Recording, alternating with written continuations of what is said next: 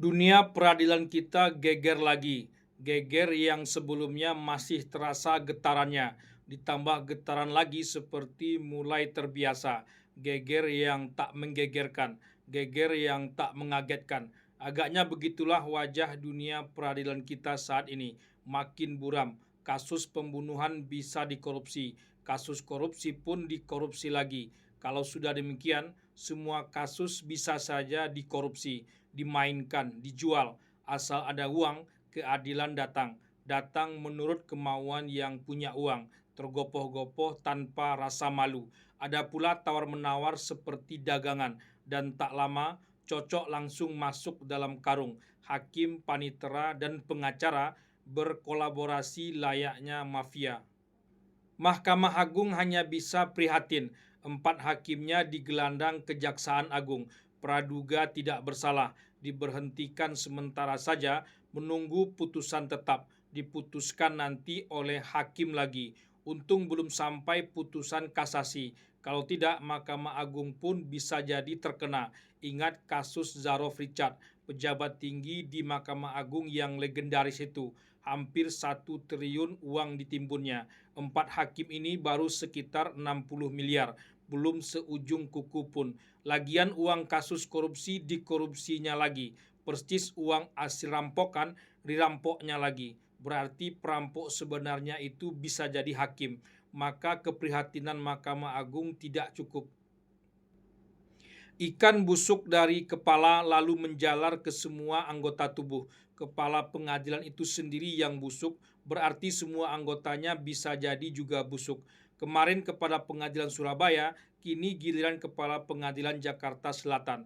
Besok entah kepala pengadilan mana lagi. Hanya soal waktu saja. Mungkin tak akan dalam waktu dekat ini. Ada jedanya pula.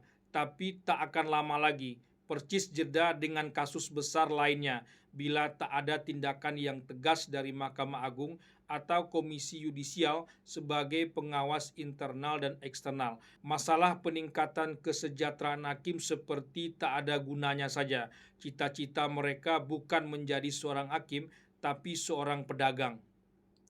Mobil-mobil mewah sitaan korupsi para hakim itu bikin sakit hati. Mereka seperti mengejek keadilan itu sendiri. Dari hulu hingga hilir seperti tak ada harapan. Dari hulu seperti dilakukan penyelidik, penyidik, penuntut umum. Biasa juga kita dengar penyelewengan-penyelewengan. Tapi kalau di hilir masih bisa bersih dan lurus, yang kotor di hulu masih bisa disaring dan masih ada harapan. Tapi kalau di hulu dan di hilir sama saja, tak ada lagi tempat buat mengadu. Apalagi kalau di hilirnya malah lebih parah lagi. Bayangkan kasus korupsi masih bisa dikorupsi lagi. Sudah dipalak di hulu, dipalak pula di hilir. Kejaksaan Agung layak diacungi jempol. Tapi Kejaksaan Agung tak bisa terus ke atas. Banyak kasus mentok dan tak terus ke atasnya lagi. Mahkamah Agung mengaku sedang melakukan pembenahan. Di tengah pembenahan itu, 4 hakimnya malah digelandang Kejaksaan Agung. Entah pembenahan seperti apa yang sedang dilakukan Mahkamah Agung.